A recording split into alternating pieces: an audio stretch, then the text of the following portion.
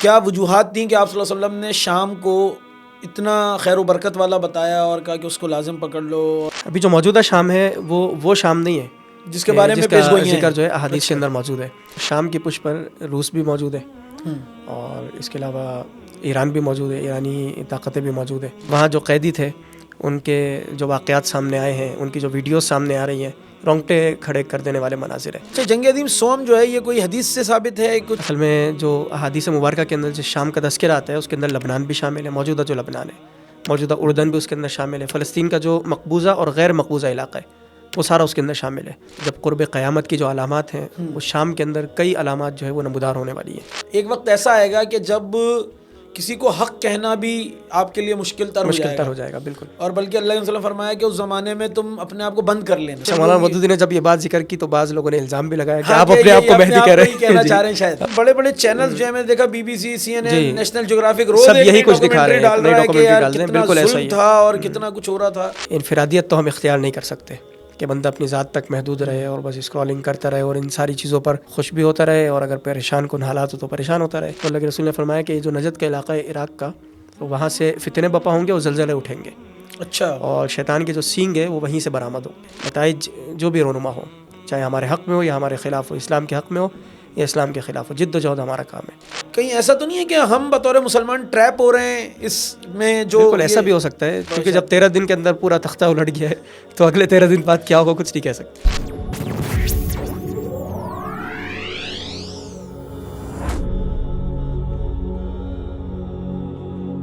السلام علیکم. اچھا جی، میں جہازیب رازی ایک نئی پوڈ کاسٹ کے ساتھ آپ کے ساتھ حاضر ہوں، اور ہمارے درمیان ایک اہم موضوع پر گفتگو کرنے کے لیے مفتی معراج احمد صدیقی صاحب موجود ہیں. مفتی صاحب وعلیکم السلام ورحمۃ اللہ. بہت بہت شکریہ. خیریت سے ہیں آپ؟ الحمدللہ بالکل خیر. بہت شکریہ، آپ نے وقت دیا ہمیں اس پوڈ کاسٹ کے لیے. اور قبل اس کے کہ ہم گفتگو شروع کریں، میں چاہوں گا کہ آپ اپنا تعارف ہمارے ناظرین کے سامنے پیش کریں. نام تو آپ نے پیش کر دیا، مفتی معراج احمد صدیقی نام ہے، اور میری 4 مصروفیات ہیں. ایک مصروفیت تو یہ ہے کہ صبح ملیر میں ایک مدرسہ ہے جامعہ حنیفیہ، وہاں فتویٰ کی میری ذمہ داری ہے. فتویٰ کے امور کی لوگ مختلف مسائل لے کر آتے ہیں، طلاق کے حوالے سے، نکاح کے حوالے سے، وراثت کے حوالے سے. زیادہ تر مسائل بس انہی 2 موضوعات کے، طلاق اور وراثت. اچھا. لوگ الجھاتے ہیں، اپنی مرضی کے سوالات بھی لے کر آتے ہیں، تو ان مسائل سے سامنا ہوتا ہے. دوسرا جمعے کی خطابت کی ذمہ داری ہے. لیاقت مارکیٹ میں غوثیہ مسجد ہے، اس میں جمعے کی خطابت کرتا ہوں، اور اس کے علاوہ امامت وہاں پر میری نہیں ہے. تیسری مصروفیت جو ہے وہ سینٹرل جیل کے حوالے سے، جماعت اسلامی کی جو الخدمت ہے اس نے وہاں ایک انسٹیٹیوٹ بنایا ہے، اس میں 5 طرح کے کورسز کروائے جاتے ہیں. تو عربی لینگویج کورس جو ہے میں قیدیوں کو کرواتا ہوں، اور گزشتہ 1.5 سال سے 3 مہینے 4 مہینے پر مشتمل یہ کورس ہوتا ہے. اور جو بھی قیدی یہ کورس کرتا ہے 8 مہینے 9 مہینے 10 مہینے اس کی سزا کے اندر کمی ہو جاتی ہے، تو سزا میں تخفیف ہو جاتی ہے. اور چوتھی مصروفیت جو ہے وہ مرکز قرآن و سنہ جو جماعت اسلامی کا ایک ادارہ ہے، اور جماعت اسلامی کا جو کراچی کا مرکز ہے وہیں پر اس کا آفس بھی موجود ہے. تو اس کے تحت پورے شہر کراچی کے اندر، ہر ضلع میں، ہر علاقے کے اندر 50 مقامات پر کلاسز ہیں، تعلیمات دینیہ، شارٹ کورسز ہیں عام لوگوں کے لیے. کوئی بھی اس میں شریک ہو سکتا ہے، چاہے ڈاکٹر ہو، انجینئر ہو. تو رات کو میں وہ کلاس بھی پڑھانے کے لیے جاتا ہوں. اچھا، ابھی ہماری جو انشاءاللہ ایسے کئی سارے موضوعات ہیں جو آپ کی تحریروں سے میں نے دیکھے ہیں، صحیح، تو انشاءاللہ دوبارہ ہوتی رہے گی. اچھا، ابھی جو صورتحال ہے وہ ہے ملک شام کے حوالے سے، اور ارض شام کے حوالے سے، جو حضرت امیر معاویہ رضی اللہ تعالیٰ عنہ کا جو ہے وہ کیا کہنا چاہیے کہ تخت رہا ہے، اور وہاں پہ ان کا دارالحکومت تھا. انہوں نے ایک عرصے وہاں پہ حکومت کی، اور وہی ان کا مرکز تھا. نبی صلی اللہ علیہ وسلم کی کئی ساری پیشگوئیاں، روایات ہیں، احادیث ہیں، کتاب الفتن میں اور دیگر ابواب کے اندر موجود ہیں شام کے حوالے سے. اور مجھے جو ایک باقی تو آپ اس پر روشنی ڈالیں گے، میرے علم میں جو سب سے زیادہ حدیث جو ایک کوٹ کی جاتی ہے وہ یہ ہے کہ فتنوں کے زمانے میں ایمان صرف شام میں ہوگا. بالکل ایسی ایک حدیث صحیح حدیث موجود ہے. تو ہم یہ دیکھتے ہیں کہ وہاں فتنے تھے ابھی کچھ عرصے میں، تو اور ابھی بھی پتہ نہیں، یعنی ابھی بھی جو کچھ ہو رہا ہے وہ واضح نہیں ہے، ابھی منظرنامہ ہمارا جو ہے بالکل واضح نہیں ہے. صحیح ہے. تو پہلے تو میں چاہوں گا کہ آپ کہ یہ شام کی جو صورتحال پہلے سے موجود تھی اور ابھی جو ڈیولپمنٹ ہوئی ہے اس میں آپ کا کیا خیال ہے کہ یہ مطلب یہ یہاں تک صورتحال پہنچی کیسے، اور یہ آغاز ہوا تھا، پھر درمیان میں ایک بڑا گیپ آ گیا، اور پھر اچانک کیا ہوا اس پہ ہم اچانک والے پہ تو ابھی بات کریں گے، لیکن اس سے پہلے یہ کیا صورتحال تھی، پہلے کب جو وہاں پہ جو باغی ہیں جو بغاوت ہوئی وہ کیا تھا، اس کے پیچھے کیا اسباب تھے، اس کے اوپر میں چاہوں گا کہ آپ تھوڑی روشنی ڈالیں. اصل میں سلسلہ تو گزشتہ نصف صدی سے چل رہا ہے. اگر ہم دیکھیں 1970 اور 1971 سے جو حافظ الاسد تھا، جی جی جی، وہ جب اس نے اپنی ڈکٹیٹرشپ وہاں قائم کی اور 30 سال تک 2000 تک وہ وہاں پر رہا، صدر رہا، اور اس نے جو مختلف معاملات کیے کہ جو لوگ تھے ان کو قید میں ڈالا، قید و بند کی صعوبتیں انہوں نے برداشت کی، جو بھی اس کے خلاف اٹھتا تھا، اور اس کے علاوہ جو شیعہ سنی فسادات تھے اس کو بھی اس نے اچھالا، کیونکہ وہ پہلے جس فرقے سے تعلق رکھتا تھا وہ نصیری فرقہ تھا. اچھا. پھر وہ نصیری سے نکل کر علوی کی طرف آ گیا، یہ بھی شیعوں کا ایک فرقہ ہے. تو اس وقت جو ہے شام میں 15% یہ تھے علوی تھے، جبکہ 75% جو ہے وہ سنی تھے. تو اس نے سنیوں کو دبایا اور علویوں کو اٹھانے کی کوشش کی، انہی کو مناصب دیے، انہی کو عہد دیے. تو اس طرح بھی جو ہے وہ حالات بگڑنا شروع ہوئے. اور پھر جو بھی اس کے مد مقابل میں آتا، سوویت یونین اس کے ساتھ تھی، جو بھی مد مقابل میں آتا اس کو قید کر دیتا. پھر 30 سال کا جب اس کا دور ختم ہوا تو بشار اس کا جو بیٹا ہے وہ آیا اور اب تک وہی رہا. اس کے آنے کے بعد سے حالات بہت زیادہ تبدیل ہوئے، اور جو وہاں کی عوام تھی، ظاہر ظلم تو زیادہ دیر کوئی برداشت نہیں کرتا ہے. جو قومیں اٹھنا چاہتی ہیں، جو ترقی کرنا چاہتی ہیں، بالکل بہت عرصہ تو ہم کہیں گے، لیکن جو قومیں اٹھنا چاہتی ہیں، ترقی کرنا چاہتی ہیں، بالآخر انقلاب ضرور آتا ہے اور وہ انقلاب کو برداشت بھی کرتی ہیں.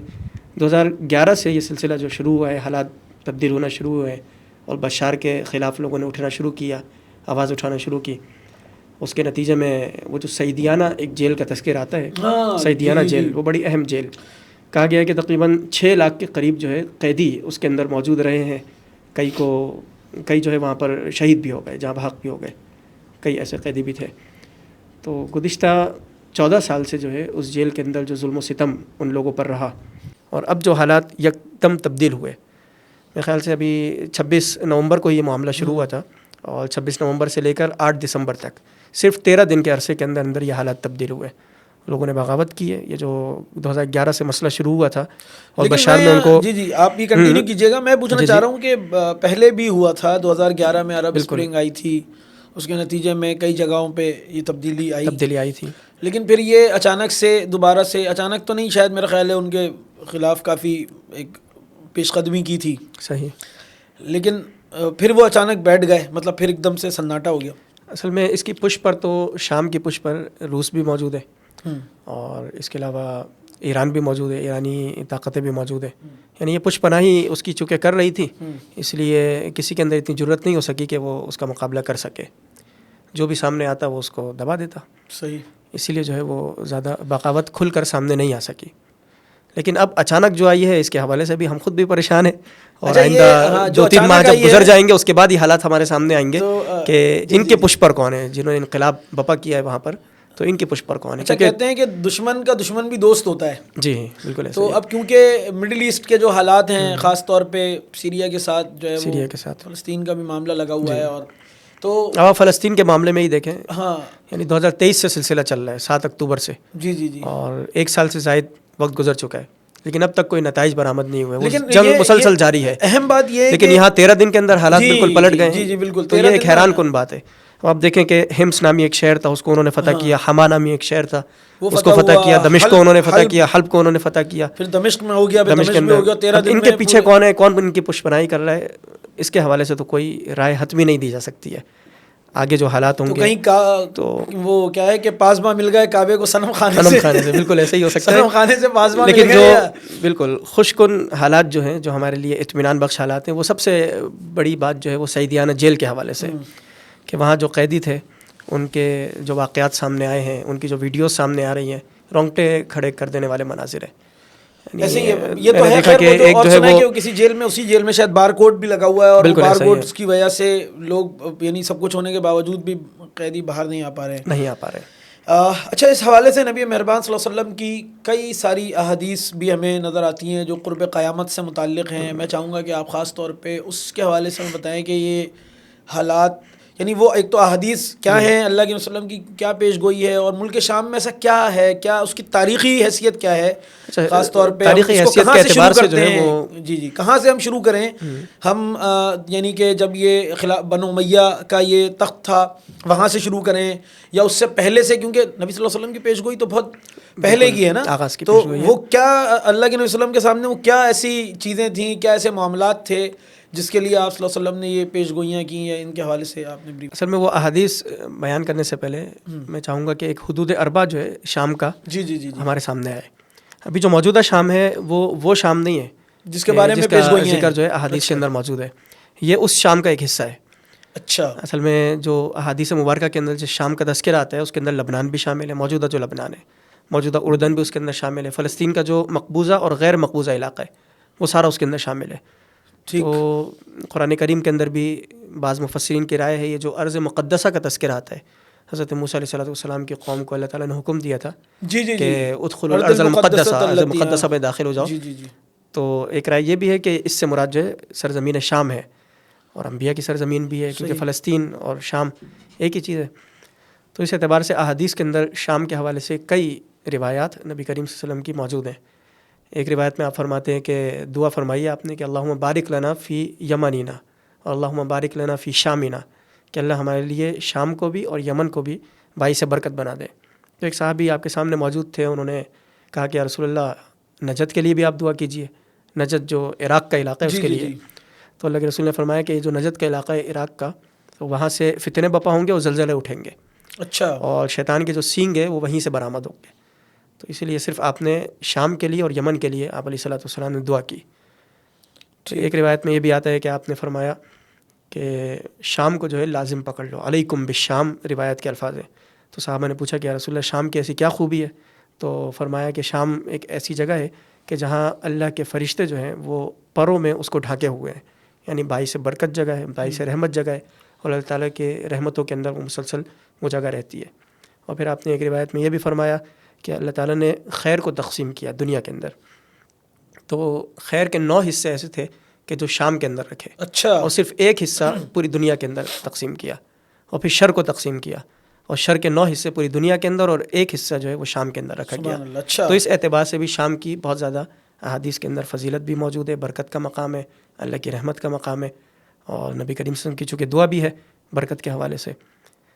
تو فتنوں کے حوالے سے جو کچھ معاملات ہیں، تو یہ آپ میں یعنی اللہ کے نبی صلی اللہ علیہ وسلم کی ایسے کیا آپ نے آپ کے خیال میں یہ بھی یقیناً کوئی نہ کوئی ایسے نبی صلی اللہ علیہ وسلم کی احادیث سے ہی پتہ چلتا ہوگا کہ کیا وجوہات تھیں کہ آپ صلی اللہ علیہ وسلم نے شام کو اتنا خیر و برکت والا بتایا اور کہا کہ اس کو لازم پکڑ لو اور فتنوں کے زمانے میں. اس کی ایک وجہ تو یہ بھی ہے کہ اللہ تعالیٰ کی طرف سے ہی ایسا معاملہ ہے. اچھا. اور دوسری وجہ یہ کہ جب قرب قیامت کی جو علامات ہیں وہ شام کے اندر کئی علامات جو ہے وہ نمودار ہونے والی ہیں. اچھا. تو مثلا اللہ تعالیٰ کی طرف سے جو معاملہ ہے وہ یہ ہے کہ آپ سفر معراج دیکھتے ہیں، واقعات موجود ہے سفر معراج کے، قرآن کریم میں بھی اس کا واقعہ موجود ہے. پھر یہ سفر جو ہے وہ ایک زمینی سفر ہے اور ایک آسمانی سفر ہے. تو بعض مفسرین کہتے ہیں کہ اللہ تعالیٰ چاہتا تو ڈائریکٹ آسمانوں پر نبی کریم صلی اللہ علیہ وسلم کو بلا سکتا تھا، لے جا سکتا تھا. یہ جو ارض مقدسہ کی طرف لے جایا گیا ہے، فلسطین کی طرف لے جایا گیا ہے، اور یہ شام کے اندر جو لے جایا گیا ہے، یہ دراصل اس لیے کہ اگر کوئی ترقی کرنا چاہتا ہے، عروج کی منازل طے کرنا چاہتا ہے، تو اس کا تعلق شام سے ضرور جڑے گا. اچھا. تو اس اعتبار سے جو ہے شام کو ایک اہمیت اور ایک حیثیت حاصل ہے. پھر رسول اللہ صلی اللہ علیہ وسلم کی جب ولادت ہوئی اس وقت بھی ان کی جو والدہ تھیں حضرت آمنہ، ان کے بارے میں بھی آتا ہے کہ ایک روشنی نمودار ہوئی اور اس کے نتیجے میں شام کے محلات روشن ہو گئے. تو اس سے بھی یہ پتہ چلتا ہے کہ وہاں پر ایک انقلاب آنے والا ہے، ایمان جو ہے وہیں پر ہی رہے گا اور پھر دیگر مقامات پر ایمان اس طرح موجود نہیں ہوگا. تو شام کے محلات روشن ہونے کا مطلب یہ ہے کہ غلبہ دین جو ہے وہ شام کے ذریعے ہی طلوع ہونے والا ہے. اچھا. جو احادیث ہیں ان میں حضرت عیسیٰ علیہ السلام کا جو نزول ہے وہ بھی ملک شام میں ہی ہے. ملک شام کا جو دمشق کا علاقہ ہے، جامع مسجد بھی، بلکہ کہیں میں نے پڑھا کہ جو جامع مسجد ہے دمشق کی اس میں حضرت عیسیٰ علیہ السلام، بالکل جو سب سے اونچا وہاں منارہ ہے، حدیث کے جو الفاظ ہیں کہ دمشق کا جو مشرقی حصہ ہے اس میں ایک مسجد ہے اور اس کا جو سب سے اونچا منارہ ہے اس پر حضرت عیسیٰ علیہ السلام کا ظہور ہوگا. اچھا. جی اس طرح کی روایت موجود ہے. اور حضرت امام مہدی کی بھی، جو امام مہدی چونکہ حجاز میں آئیں گے، جی روایت میں کہ حجاز میں آئیں گے اور پھر حجاز سے وہ اس طرف منتقل ہوں گے. وہ بھی شام ہی آئیں گے, بالکل وہ بھی شام آئیں گے, اور پھر وہ دجال کا مقابلہ آپس میں مل کر کریں گے. اور پھر وہ ایک آرمگڈون کی ایک لڑائی کا ذکر ڈاکٹر اسرار صاحب کی بھی گفتگو میں ملتا ہے, تو ملتا ہے بالکل, وہ اس سے پہلے کی لڑائی ہے.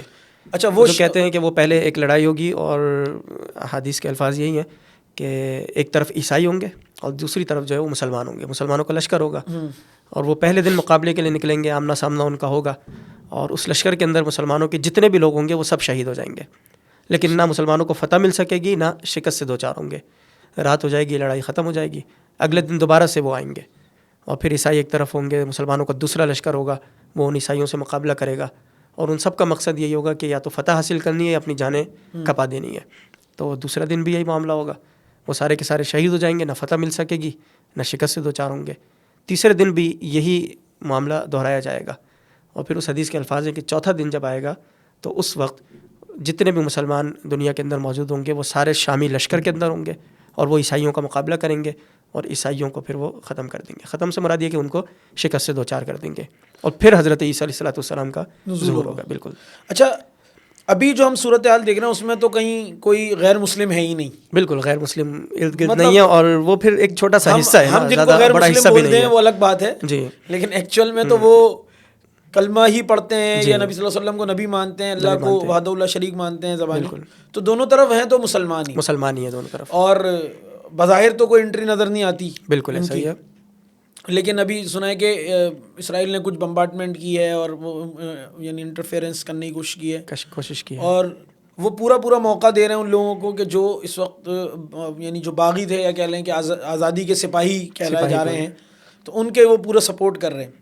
تو آپ کو کیا لگتا ہے یہ سینیریو ابھی پھر کہیں جا کے تبدیل ہوگا, یا اب وہ منازل قریب آنا شروع ہو گئی ہیں؟ اس بارے میں آپ کی کیا؟ نہیں, منازل تو ابھی بہت دور ہیں. اچھا, کیونکہ ہم نے جنگ عظیم اول دیکھی ہے, دوم دیکھی ہے, اس سے بھی خطرناک جو جنگ عظیم سوم رونما ہونی ہے, اور وہ اسی وقت رونما ہونی ہے جب بالکل حالات تبدیل ہو چکے ہوں گے. جنگ عظیم سوم جو ہے یہ کوئی حدیث سے ثابت ہے؟ بالکل, یہ جو اس کو الملحمۃ الکبریٰ حدیث کے اندر الفاظ ہیں, ملحمۃ الکبریٰ, قرب قیامت کی نشانیوں قرب قیامت کی نشانیوں میں سے, جس حدیث کا بھی میں نے تذکرہ کیا ہے کہ 3 دن تک ہوگی اور پھر چوتھے دن یہ معاملہ ایک نتیجے پر پہنچے گا, تو اس کو الملحمۃ الکبریٰ کہا گیا ہے. تو یہ جب عالمی سطح کی جنگ ہوگی اس کے بعد پھر حضرت عیسیٰ علیہ السلام اور پھر دجال کا بھی ظہور ہوگا, ساری چیزیں سامنے آئیں گی. تو ابھی بظاہر دیکھ کر ایسا نہیں لگتا کہ یہ حالات اس طرف جا رہے ہیں. ابھی ان کی آپس کی لڑائیاں ہیں, کون پشت پناہی کر رہا ہے, کون ان کے پیچھے ہے, اور کیا پتہ دوبارہ سے بشار واپس آ جائے, یہ بھی امکان موجود ہے. وہ ہے تو وہی حتمی بات ابھی نہیں کہی جا سکتی. سوویت یونین میں یعنی رشیا میں ہی اس وقت وہ انہوں نے پناہ لی اس نے.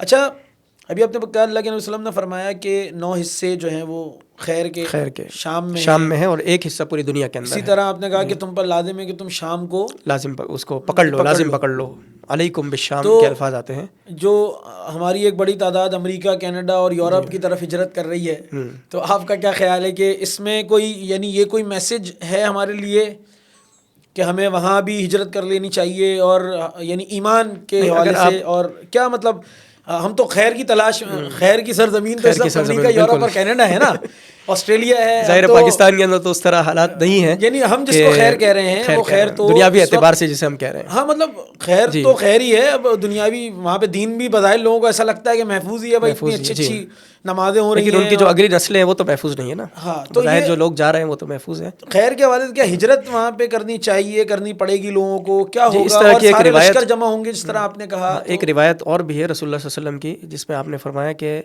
قرب قیامت جو ہے 3 لشکر ہوں گے. ایک عراق کا لشکر ہوگا, ایک یمن کا لشکر ہوگا, اور ایک شام کا لشکر ہوگا. تو ایک صحابی کو آپ نے فرمایا کہ تم شام کے لشکر کے اندر شامل ہو جانا. اچھا, بالکل شام کے لشکر کے اندر شامل ہو جانا.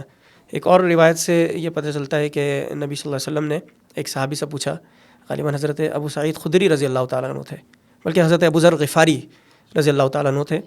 وہ رسول اللہ صلی اللہ علیہ وسلم کی خدمت بھی کیا کرتے تھے, اور جب خدمت مکمل ہو جاتی تو مکہ کے اندر حرم میں آ کر ٹھہر جاتے تھے, یا پھر وہ مدینہ کے اندر مسجد نبوی میں آ کے قیام کر لیتے تھے. تو نبی کریم صلی اللہ علیہ وسلم ان کے پاس تشریف لائے اور ان سے پوچھا کہ اگر یہاں سے تمہیں نکال دیا جائے مدینہ سے تو تم کہاں جاؤ گے؟ تو انہوں نے کہا کہ میں شام کا رخ کروں گا. اچھا, کیونکہ شام جو ہے یہ انبیاء کی سرزمین ہے, شام ہجرت کی سرزمین ہے. یہ حضرت ابو ذر غفاری کے الفاظ تھے. پھر رسول اللہ نے کہا کہ اگر وہاں سے بھی تمہیں نکال دیا جائے تو کہاں جاؤ گے؟ تو انہوں نے کہا کہ میں دوبارہ یہاں آنا پسند کروں گا. اور کہا کہ دونوں جگہ اگر تمہیں جگہ نہیں ملے تو کیا کرو گے؟ تو انہوں نے کہا کہ میں تلوار نکال لوں گا اور اپنے نفس کے خلاف جو ہے وہ لڑنا شروع کروں گا یہاں تک کہ قیامت قائم ہو جائے. تو اس سے بھی یہ پتہ چلتا ہے کہ رسول اللہ صلی اللہ علیہ وسلم کے سامنے جب ایک صحابی کوئی بات بیان کر رہے ہوں اور آپ علیہ الصلوۃ والسلام اس پر خاموشی اختیار کر لیں، گویا کہ وہ بھی ایک حدیث کا درجہ رکھتی ہے. تو جب صحابی نے کہا کہ وہ انبیاء کی سرزمین ہے، وہ ہجرت کی سرزمین ہے، تو اس سے پتہ چلتا ہے کہ سرزمین شام کی طرف ہی ہجرت کرنی چاہیے. زیادہ بہتر جو ہے سرزمین شام ہی ہے. تو یعنی کہ ہر لحاظ سے ایمان یعنی فتنوں کے زمانے میں. اچھا فتنہ جب ہم بولتے ہیں کہ اللہ کے نبی وسلم کی حدیث ہمیں اور پتہ چلتی ہے، آپ زیادہ بہتر بتا پائیں گے. میں نے جو مجھ تک جو مفہوم میں سمجھ پایا ہوں وہ یہ کہ ایک وقت ایسا آئے گا کہ جب کسی کو حق کہنا بھی آپ کے لیے مشکل تر ہو جائے گا. بالکل. اور بلکہ اللہ کے وسلم فرمایا کہ اس زمانے میں تم اپنے آپ کو بند کر لینا. یعنی لوگوں سے آپ اپنی ذات کی حد تک بندہ محدود ہو جائے اور اپنی فکر کرے، خود ہی تقوی اختیار کر لے. تو یہ یعنی پہلی بات تو یہ کہ یہ دین کا مطلوب ہے کہ انسان اپنے آپ کو محدود کر لے. اور اگر یہ نہیں مطلب یعنی فتنوں کی وہ کون سی کیٹیگری ہے، وہ کون سا لیول ہے کہ جس میں فرمایا کہ ایمان شام میں ہوگا اور کہیں نہیں ہوگا. اچھا، ایمان شام میں جو ہوگا اس کے حوالے سے ایک روایت رسول اللہ صلی اللہ علیہ وسلم کی ہے جس میں آپ فرماتے ہیں کہ یہ جو سفر معراج کا واقعہ ہے نا، تو آپ فرماتے ہیں کہ میں رات کو سویا تو میرے سر کے نیچے سے ایک ستون جو ہے ایمان کا ستون نکالا گیا اور مجھے یوں لگا کہ کسی نے اس کو چوری کر لیا ہے. اور وہ پھر ستون جو ہے کوئی لے جا رہا تھا، تو میں نے اٹھ کر دیکھا تو وہ ایمان تھا اور وہ شام کی طرف جا رہا تھا. ایک روایت کے الفاظ ہے کہ وہ شام کی طرف جا رہا تھا، اور دوسری روایت میں یہ آتا ہے کہ رسول اللہ صلی اللہ علیہ وسلم نے شام کی طرف رخ کر کے صحابی سے کہا کہ یہ اس طرف جا رہا تھا. تو اس سے بھی یہ پتہ چلتا ہے کہ آخری زمانہ ایسا ہوگا کہ شام کے اندر بھی ایمان صرف محفوظ رہے گا، باقی ارد گرد کے جو علاقے ہیں وہاں پر اس طرح کا معاملہ نہیں ہوگا. اچھا، شام جو ہے وہ بنو امیہ کا تخت رہا ایک عرصہ، لیکن اس سے پہلے یہ کب مسلمانوں کے پاس یہ کب آیا؟ یعنی حضرت کس کے دور میں؟ اس سے پہلے تو میرا خیال ہے کہ تو شام کی طرف پہلے تجارتی قافلے جایا کرتے تھے. نبوت سے پہلے رسول اللہ صلی اللہ علیہ وسلم بھی گئے. حضرت خدیجہ کا جو واقعہ ہے میں عرض کروں کہ حضرت نبی مہربان صلی اللہ علیہ وسلم چھوٹے تھے شاید، پہلی دفعہ کسی تجارتی سفر پہ گئے تھے تو اس وقت بھی راہب نے ابو طالب کو کہا کہ ابو طالب ساتھ تھے، ابو طالب ساتھ تھے، ان کو کہا کہ میں نے یہ بچے کے اندر ذرا خصوصیت دیکھی ہے. وہ 8 یا 9 سال رسول اللہ صلی اللہ علیہ وسلم کی عمر تھی، بہت چھوٹے تھے اس وقت. تو پھر ان کے سر پر بادل نے بھی سایہ کیا ہوا تھا. وہ ساری خوبیاں جو نبوت کی خوبیاں ہیں وہ ان کے اندر موجود تھی رسول اللہ صلی اللہ علیہ وسلم کے. تو وہ شام کی طرف ہی شاید سفر تھا، اور وہ خود بھی راہب جو ہے وہ شام ہی سے اس کا شاید تعلق تھا. بالکل شام سے ہی اس کا تعلق تھا، چونکہ میں نے آپ سے کہا نا کہ شام جو ہے وہ موجودہ شام نہیں ہے، وہ ایک بڑا حصہ ہے. فلسطین ہے، اردن ہے، لبنان ہے، یہ سارے اس کے اندر علاقے شامل ہیں. اچھا، سارے کے سارے وہیں قرب و جوار کے جتنے بھی ہیں اس وقت جو متعلق جو شام کے جو اس وقت حدود اربعہ ہیں، وہ مڈل ایسٹ ایکچوئل میں جو جہاں پہ اس وقت ابھی ٹینشن کریٹ ہوئی ہوئی ہے، یا تو وہ سارے اس کے اندر شامل ہیں. اچھا، پھر آپ یہ بھی دیکھیں کہ یہ جو خانہ کعبہ ہے، خانہ کعبہ کے جو 4 کونے ہیں ان کے مختلف نام ہمیں احادیث میں ملتے ہیں. اچھا، مثلاً ایک کونا جس کا نام رکن عراقی ہے، ایک کا نام رکن یمامی ہے، ایک کا نام رکن شامی ہے. اچھا، تو شام کی طرف جو ہے وہ اس کا رخ ہے، اسی لیے وہ رکن شامی کہلاتا ہے، اور ایک طرف حجر اسود ہے. اچھا، شام کے نام کے حوالے سے بھی کہا جاتا ہے کہ حضرت نوح علیہ السلام کے جو بیٹے تھے سام، جن کا نام تھا، اور وہ یہاں پر آئے تھے، اور ان کی وجہ سے پھر بعض روایت سے یہ بھی پتہ چلتا ہے وہ سام جو ہے وہ شام بن گیا. یہ کہاں تک اس میں ایسی کوئی روایت میں صداقت تو نہیں ہے. بہرحال سیریا کا جو لفظ ہے اس کے حوالے سے آتا ہے کہ اس میں تورات میں لفظ سوریا آیا تھا شام کے لیے لکھا. سوریا بھی لکھتے ہیں تو لفظ سوریا آیا تھا، تو وہ بعد میں بدل کے سیریا ہو گیا. تو شام کو جو ہے سیریا بھی کہا جاتا ہے. تو آپ کے خیال میں جو ابھی جو کچھ سینیریو کریٹ ہو رہا ہے اس میں ایسا نہیں ہو گیا ہے کہ مسلمانوں کی توجہ ساری دنیا سے ہٹ کر جو ہے شام کی طرف ادھر آ گئی ہے، اور اب بس یہی یعنی سوشل میڈیا دیکھ لیں آپ، سب کچھ دیکھ لیں. اب تک جو کچھ چیزیں چھپی ہوئی تھیں کسی کے نگاہوں میں نہیں تھی، جو ظلم و ستم ہو رہا تھا کوئی اس سے واقف نہیں تھا، بلکہ بڑے بڑے چینلز جو میں نے دیکھا BBC CNN نیشنل جیوگرافک روز سب یہی کچھ دکھا رہے ہیں کہ یار کتنا ظلم تھا اور کتنا کچھ ہو رہا تھا. تو کہیں ایسا تو نہیں ہے کہ ہم بطور مسلمان ٹریپ ہو رہے ہیں اس میں؟ جو بالکل ایسا بھی ہو سکتا ہے. جو فلسطین اصل جو سرزمین ہے وہ تو فلسطین ہے، اس کو بالآخر فتح ہونا ہے، اور اس کے ذریعے پھر اسلام کو پوری دنیا کے اندر غالب آنا ہے.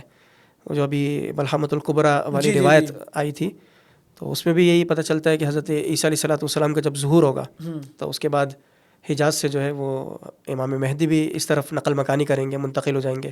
پھر دجال سے مقابلہ ہوگا دجال سے مقابلے کے بعد اس کا خاتمہ ہوگا، پھر یاجوج ماجوج آئیں گے اور پھر پوری دنیا کے اندر جو ہے اسلام غالب آ جائے گا. اچھا، حضرت عیسیٰ علیہ السلام جو ہے وہ صلیب کو بھی توڑیں گے، خنزیر کا بھی خاتمہ کریں گے، اور پھر آخر میں غلبہ دین ہوگا. عیسائی جو ہے وہ بھی عیسائیت چھوڑ کر مسلمانوں کے ساتھ شامل ہو جائیں گے. تو اصل جو سارا ہمارا تعلق ہے وہ اس سے ہے.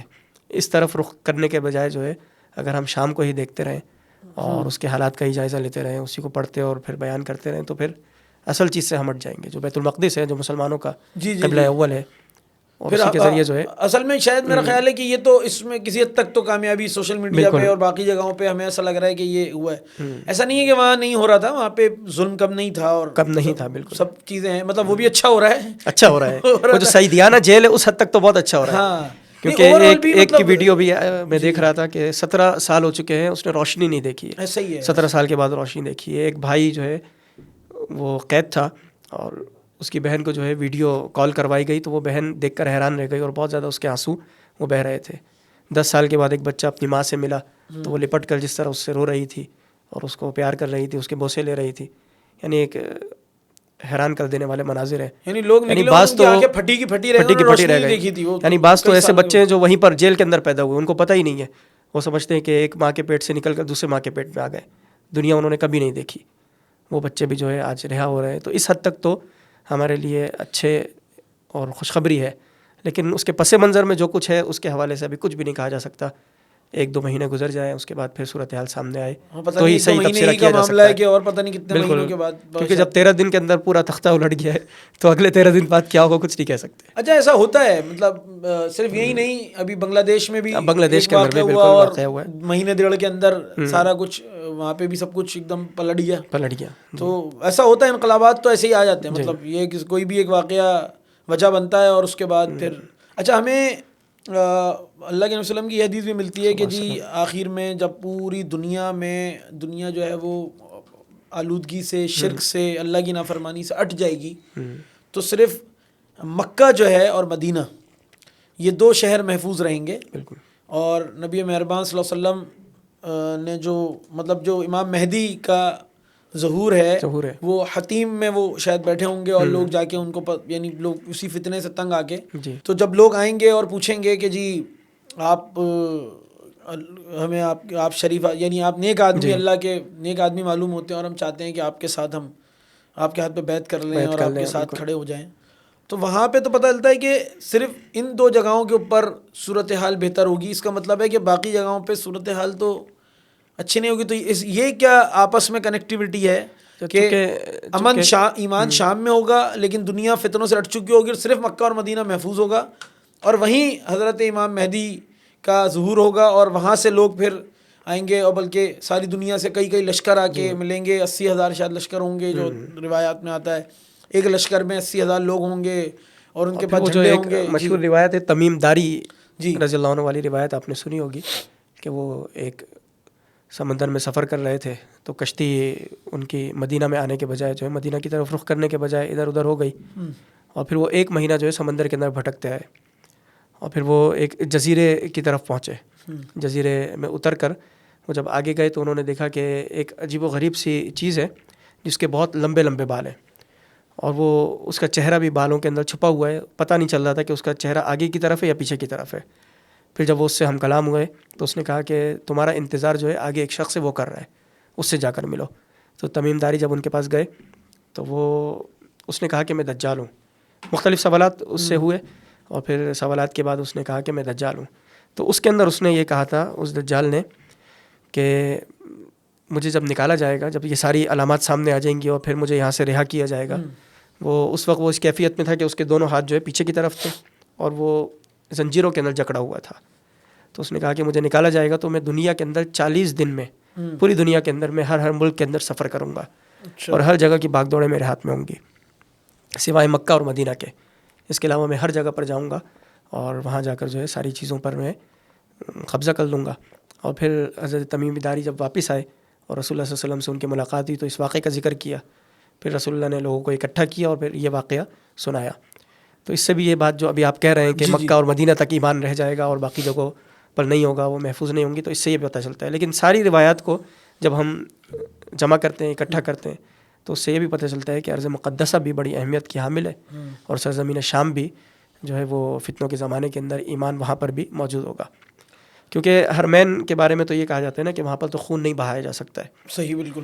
وہاں پر بڑی بڑی لڑائیاں جو ہے وہ رک جایا کرتی تھیں، اور تلواریں وہاں پر نہیں اٹھا کرتی تھیں مکہ اور مدینہ کے اندر. تو اسی لیے جو کچھ ہوگا وہ اس کے باہر ہوگا اور شام کے اندر ہی ہوگا. اچھا، مولانا مودودی رحمۃ اللہ علیہ نے تجدید و احیاء دین میں امام مہدی کے بارے میں جو کچھ رائے قائم کی ہے، یعنی انہوں نے جو کہا ہے کہ جس طرح سمجھا جاتا ہے کہ کوئی شخص ہوگا جو گھوڑے پہ سوار ہوگا، جس کے ہاتھ میں جبہ پہنا ہوا ہوگا اور لمبی سی اس کی داڑھی ہوگی، جی پائیں اوپر ہوں گے. لیکن ایکچوئل میں ایسا نہیں، یعنی وہ ان کا خیال یہ ہے کہ ایکچوئل میں ایسا نہیں ہوگا، بلکہ وہ کہتے ہیں کہ وہ جو شخص ہوگا امام مہدی، کیونکہ وہ نبی تو نہیں ہوں گے، obvious بات ہے، نبی اتنوں کی تو آمد کا سلسلہ ختم ہو چکا ہے. مودودی نے حتمی رائے تو نہیں دی ہے کہ ایسا نہیں ہوگا، نہیں، مطلب وہ یہ کہتے ہیں کہ میرا خیال ہے، میرا خیال ہے ممکن ایسا ہو جو پینٹ کوٹ میں آئے اور اس کی ٹائی لگی ہوئی ہو، یا کسی بھی صورت میں آ سکتا ہے. وہ اس طرح کی بات، دین اور دنیا دونوں کی اعلیٰ ترین، یعنی اس وقت کی جو علم ہوگا، چاہے وہ دنیا کا ہو چاہے دین کا ہو، وہ اس کے یعنی سب سے ٹاپ کے آدمی ہوگا.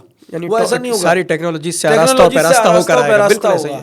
اور مطلب وہ جو ہے، اور ممکن ہے کہ وہ اس عام حلیے میں نہ ہو، یا اس زمانے میں جو ٹیکنالوجی. مولانا مودودی نے جب یہ بات ذکر کی تو بعض لوگوں نے الزام بھی لگایا کہ آپ اپنے آپ کو مہدی کہہ رہے ہیں، کہنا چاہ رہے ہیں شاید، اپنے آپ کو مہدی سمجھ رہے ہیں. آپ کا کیا خیال ہے کہ یہ کچھ یعنی قرب قیامت کے قریب، میں یہ بھی جاننا چاہ رہا ہوں کہ کیا دنیا واپس اسی پرانی شکل کے اندر آ جائے گی، لڑائیاں جنگیں ویسے ہی ہوں گی، یا یہ جو ہم سمجھتے ہیں کہ حضرت عیسیٰ علیہ السلام اور امام مہدی کے ساتھ جو ایک فائنل لڑائی ہونی ہے، جس کو ہم آرمگڈون کی لڑائی بھی کہتے ہیں، یہ جدید ٹیکنالوجیز کے ساتھ اور ان کی موجودگی میں ہوگی، یا کیونکہ ہمیں حدیث میں بھی اکثر روایات تو یہی کہتی ہیں کہ جدید ٹیکنالوجی کے ساتھ نہیں ہوں گی، جدید ٹیکنالوجیز کے ساتھ نہیں ہوں گی. اکثر روایات سے ہمیں یہی پتہ چلتا ہے. دنیا دوبارہ سے اسی طرف چلی جائے گی، وہی تلوار کا دور آ جائے گا. اچھا، ساری لڑائیاں اسی طرح ہوں گی. البتہ مولانا مودودی نے جو دجال کے بارے میں کہا ہے، کیونکہ روایات میں تضاد موجود ہے. تضاد سے مراد یہ ہے کہ رسول اللہ صلی اللہ علیہ وسلم کے علم میں چونکہ خود بھی یہ بات نہیں تھی کہ دجال کون ہوگا. اچھا، کہ بعض واقعات سے پتہ چلتا ہے کہ ایک بچہ تھا رسول اللہ کے زمانے میں، ابن سیاد اس کا نام تھا، آپ نے سنا ہوگا نام اس کا. ایک مرتبہ وہ ایک کمبل اوڑے اپنے باغ کے اندر بیٹھا ہوا تھا اور کچھ بھنبھنا رہا تھا. حدیث کے الفاظ ہیں، حضرت ابوبکر، حضرت عمر اور دیگر صحابہ کرام بھی رسول اللہ صلی اللہ علیہ وسلم کے ساتھ تھے. تو وہ کچھ بھنبھنا رہا تھا، رسول اللہ صلی اللہ علیہ وسلم اس کے قریب جانے کی کوشش کر رہے تھے کہ سنیں وہ کیا کہہ رہا ہے، لیکن اس کی والدہ نے اس کو بلا لیا اور وہ چلا گیا. تو رسول اللہ نے فرمایا کہ اگر اس کی والدہ نہیں بلاتی تو میں اس بات تک پہنچ جاتا، اس نتیجے تک کہ یہی دجال ہے یا کوئی اور دجال ہے. ایک مرتبہ حضرت عمر اس کے ساتھ تھے، اسی بچے کے ساتھ. ہاں، اسی بچے کے ساتھ حضرت عمر بھی موجود تھے، اور رسول اللہ صلی اللہ علیہ وسلم اس سے کچھ سوالات کر رہے تھے. تو رسول اللہ نے کہا کہ تم میری نبوت کو مانتے ہو؟ تو اس نے کہا کہ عرب جو ہیں وہ آپ کی نبوت کو مانتے ہیں، عربی لوگ آپ کی نبوت کو مانتے ہیں. تو پھر کہا کہ کیا تم دجال ہو؟ اس قسم کے سوالات بھی رسول اللہ نے ان سے کیے، لیکن اس نے کہا کہ نہیں، ایسی کوئی بات نہیں ہے، لیکن آپ کے دل کے اندر جو کچھ ہے وہ مجھے کوئی آ کر بتاتا ہے. میرے پاس ایسی طاقتیں موجود ہے جس کے نتیجے میں اس بات تک پہنچ سکتا ہوں کہ آپ کے دل میں کیا ہے. تو رسول اللہ نے کہا کہ کیا ہے میرے دل میں، تم یہ بتاؤ. اس وقت رسول اللہ صلی اللہ علیہ وسلم جو ہے وہ سورہ دخان اس وقت نازل ہو رہی تھی. دخان دھوئیں کو کہتے ہیں. جی. تو وہ جو بچہ تھا اس نے دخ کے الفاظ جو ہے وہ اپنی زبان سے ادا کیے، یعنی اشارہ اسی بات کی طرف تھا، لیکن اللہ تعالیٰ نے اس کو وہ کلمات ادا کرنے نہیں دیے. تو اس سے بھی یہ پتہ چلتا ہے کہ رسول اللہ صلی اللہ علیہ وسلم کئی مرتبہ یہ سمجھتے رہے کہ وہ جو ابن سیاد ہے وہ دجال ہو سکتا ہے. پھر حضرت تمیم داری کا جو واقعہ بھی آیا ہے، جزیرے کے اندر جو شخص نورما ہوا تھا، تو اس کو بھی ایک مرتبہ اللہ کے رسول نے دجال کہا. اسی طرح اور بھی روایات ہیں کے حوالے سے بھی، ہاں، دابۃ الارض کے حوالے سے بھی مختلف. تو یہ ساری روایات، جب بہت زیادہ روایات جمع ہوتی ہیں تو اس سے یہ پتہ چلتا ہے کہ حتمی بات نہیں کہی جا سکتی کہ دجال کیسا ہوگا اور وہ کیا ہوگا. اس بنیاد پر وہ مولانا مودودی رحمۃ اللہ علیہ کہتے ہیں کہ ممکن ہے کہ دجال پوری ٹیکنالوجی سے آراستہ اور پیراستہ ہو کر آئے، اور وہ ایسا نہ ہو کہ وہ جبے کبے پہنا ہوا ہو، امامہ پہنا ہوا ہو، اس کی لمبی داڑھی ہو. ممکن ہے ایسا نہ ہو. تو اس بنیاد پر انہوں نے کہا ہے. اور اس کے لیے ایک افسانے کا لفظ بھی مولانا مودودی نے ایک جگہ پر استعمال کیا ہے کہ ممکن ہے کہ یہ ساری چیزیں افسانہ ہو. اچھا، افسانے کو بھی پکڑا گیا ہے اور اس کی بنیاد پر بھی ان پر کئی الزامات لگائے گئے ہیں. اچھا، لیکن میرا خیال ہے اس کے تو حامی ہیں. ہاں، دجال کی آمد کے تو بالکل اس سے تو انکار نہیں ہے. امام مہدی کے بھی ساری چیزوں کے اس سے انکار نہیں کرتے. وہ انہوں نے کہا کہ جو مطلب کئی واقعات جب ہیں، کبھی ابن سیاد، کبھی وہ، تو اسی لیے اس کو افسانہ کہا ہے. اچھا مصعب، اہم بات یہ ہے کہ یہ تو لازمی بات ہے، اللہ تعالیٰ نے کائنات میں جس طرح قرآن میں اللہ تعالیٰ فرماتے ہیں کہ 2 قسم کی آیات ہیں جی، ایک آیات محکمات ہیں، ایک آیات متشابہات ہیں. تو یہ سب بھی احادیث میں جو کچھ واقعات ہیں یہ ہمارے لیے تو شاید متشابہات ہی ہیں کہ جن کے بارے میں ہم کوئی حتمی رائے نہیں قائم کر نہیں سکتے، اور اللہ کے نبی صلی اللہ علیہ وسلم کا کیا منشا تھا ان ساری چیزوں سے یا جو کچھ ہونے والا ہے اس سے بھی ہم لا علم ہیں، اور ہم سے تو اپنے ہی بارے میں پوچھا جائے گا. بالکل جو کچھ ہم کر رہے ہیں اس وقت موجودہ حال میں تو اب اہم بات یہ ہے کہ ہمارے جو اس وقت ہم فتنوں کے زمانے میں موجود ہیں اور ہر طرف فتنے موجود ہیں، اس وقت یہ ڈسکشن تو اپنی جگہ پر ہے، اور روایات اور حکایات اور ان کی جو چاشنی ہے، ان کی لذت ہے، وہ تو اپنی جگہ پر ہے. لیکن آپ کے خیال میں اب اس وقت جو ہم جیسے کمزور ایمان کے لوگ ہیں یا اوور آل پوری دنیا میں جو بھی مسلمان ہیں اور جن حالات سے گزر رہے ہیں، ان کے لیے کیا ڈائریکشن ہو سکتی ہے یا کیا سمجھنے کی، وہ اپنے آپ کو کس طرح تیار کریں، اور کیا اپنے آپ کو ایک محدود دائرے میں کر کے ایک طرف ہو جائیں اور اللہ اللہ کرتے رہیں اور صرف تماشا دیکھیں، ویٹ اینڈ واچ کی پالیسی پہ تیل دیکھو، تیل کی دھار دیکھو، یا وہ بھی اپنا کوئی کنٹریبیوشن اس کے اندر ڈالنا ان کو بھی چاہیے، اور ان سے بھی ان تمام صورتحال میں کوئی سوال ہے، یا بس وہ یہ واقعات دیکھ دیکھ کے اور اسکرولنگ کر کے اور فیس بک کے اوپر اچھی ویڈیوز دیکھ کے ارے بھائی واہ آزادی ہو گئی، شام ہی لوگ بڑے خوش ہو گئے اور ہم بھی بڑے خوش ہیں، یعنی یہیں تک یہ دائرہ محدود ہے، یا آپ کے خیال میں اس کو کوئی وسیع ہونا ہے اور ہمارا بھی کوئی کام ہے اس کے اندر؟ دیکھیں، اس حوالے سے جو قرآن اور حدیث مبارکہ ہماری رہنمائی کرتی ہے وہ یہ ہے کہ انفرادیت تو ہم اختیار نہیں کر سکتے کہ بندہ اپنی ذات تک محدود رہے اور بس اسکرولنگ کرتا رہے اور ان ساری چیزوں پر خوش بھی ہوتا رہے، اور اگر پریشان کن حالات ہو تو پریشان ہوتا رہے، بلکہ اجتماعی جد و جہد کی ضرورت ہے، اجتماعیت کے ساتھ ہمیں رہنا ہے. احادیث سے جو ہمیں پتہ چلتا ہے کہ الجماع کے ساتھ جڑے رہنا ہے. اب وہ اجتماعیت جو بھی ہو، جو بھی دین کا کام کر رہا ہو، آپ جس کے کام سے بھی آپ مطمئن ہو اس کے ساتھ آپ رہیں، اور انہی کے ساتھ مل کر دین کی جو بھی جد و جہد کر سکتے ہوں وہ کریں. اور جو ہمارے شامی بھائی ہیں، فلسطین کے بھائی ہیں، دیگر بھائی ہیں، جہاں کئی دنیا کے اندر مظالم ہو رہے ہیں، ان کا دعاؤں کے اندر بھی اور دیگر مالی امداد کے ذریعے بھی، دیگر حوالوں سے بھی ہم جس طرح بھی ان کی مدد کر سکتے ہو ہم کریں. اور پھر سوشل میڈیا کے ذریعے بھی ہم جتنی ان کی مدد کر سکتے ہو، ان کے حوالے سے لوگوں کے ذہنوں کو باور کر سکتے ہوں اور لوگوں کے ذہنوں کو مہمیز دے سکتے ہوں، تو جو کچھ ہم کر سکتے ہو یہ ہمیں کردار ادا کرنا چاہیے. انفرادی حد تک کہ صرف اپنے ایمان کو بچایا جائے اور اللہ اللہ کیا جائے اور اللہ کی حمد و ثنا بیان کی جائے، تو اس کا نتیجہ یہ ہوگا کہ قرآن کے اندر جو بھی اجتماعیت کے حوالے سے آیات موجود ہیں، جو ہمارا اجتماعی دین ہے، جو ریاست کا ایک تصور ہے، عدالت کا ایک تصور ہے، فوج کا ایک تصور ہے، تو ہم اس سے نکل جائیں گے اگر ہم اپنی ذات تک محدود رہیں گے. کیونکہ دین تو ایک عالمگیر چیز ہے نا، صحیح ہے، اور دین ہمیں ہر چیز کی طرف بلاتا ہے، چاہے وہ ہمارے 2 افراد کے درمیان معاملات ہوں، 2 شہروں کے درمیان معاملات ہوں، 2 ملکوں کے درمیان معاملات ہوں، پوری دنیا کے معاملات ہوں، ایک طرف دارالحرب ہو، ایک طرف دارالاسلام ہو، تو دین ہر حوالے سے ہمیں رہنمائی فراہم کرتا ہے، اور کامیابی بھی دین کے اندر ہی ہے. تو ہم انفرادیت کے بجائے جو اجتماعیت کی طرف آئیں اور اجتماعیت سے جڑے رہیں. جس اجتماعیت کو بھی ہم بہتر سمجھتے ہیں اس کے ساتھ جڑ کر ہم ان سارے مظلوموں کی آواز بھی بنیں، ان کا ساتھ بھی دیں، اور ان کے ساتھ مل کر ہم جس حد تک بھی ان کی مدد کر سکتے ہوں کریں. اور اپنی حیثیت میں ہم کیا کنٹریبیوٹ کر سکتے ہیں، یعنی کیونکہ وہ اقبال نے کہا تھا کہ ان تازہ خداؤں میں بڑا سب سے وطن ہے، جو پیراہن اس کا ہے وہ مذہب کا کفن ہے. تو کیونکہ ہم تو عالمگیریت کی بات کرتے ہیں، ہم تو یعنی آفاقی دین کی بات کرتے ہیں، اور شاید ان دی اینڈ ہونا بھی یہی ہے. ایک روایت میں آتا ہے رسول اللہ صلی اللہ علیہ وسلم نے فرمایا کہ ایک مرتبہ میرے سامنے جس طرح یہ 2 ہاتھ ہوتے ہیں، اس طرح اللہ تعالیٰ نے میرے سامنے پوری دنیا رکھ دی. میں نے مشرق کے کنارے بھی دیکھے، مغرب کے کنارے بھی دیکھے، شمال اور جنوب کے کنارے بھی دیکھے، تو میں نے دیکھا کہ پوری دنیا کے اندر ایک ہی علم لہرا رہا تھا، اور وہ اسلام کا، یعنی اسلام کا پرچم ہر جگہ پر لہرانا ہے.